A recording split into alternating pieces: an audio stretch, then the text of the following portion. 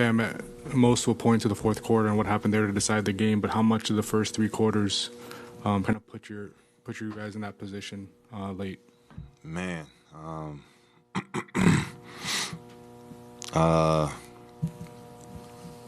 say it again. Make sure I want to answer this The right. game came down to the fourth quarter, but how much did the team's play through the first three quarters kind of put you in that position to be close with the Wizards late in the game? I mean, game is a game of runs. We definitely had a lot of defensive laps, just by not paying attention to the scout or, just forgetting that, certain guys do certain tendencies, and it cost us tonight.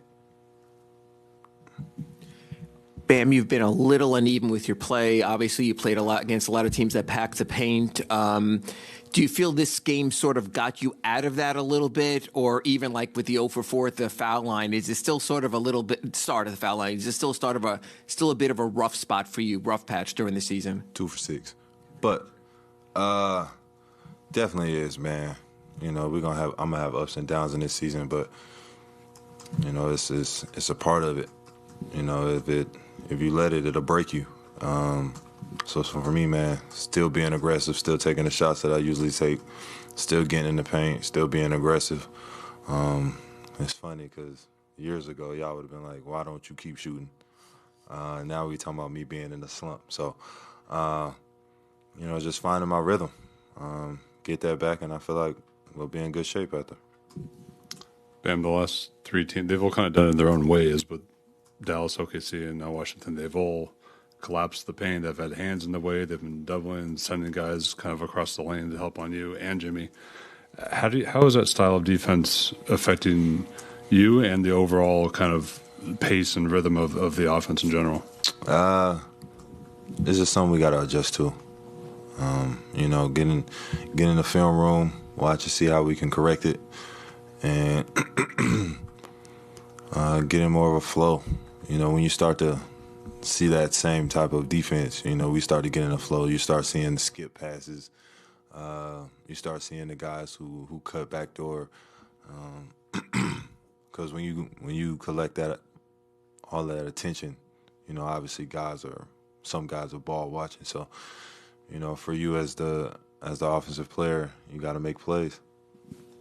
Pam, to Ira's question, how the way you handle shooting slumps, how has that changed, evolved over the years, maybe throughout your career? Keep shooting.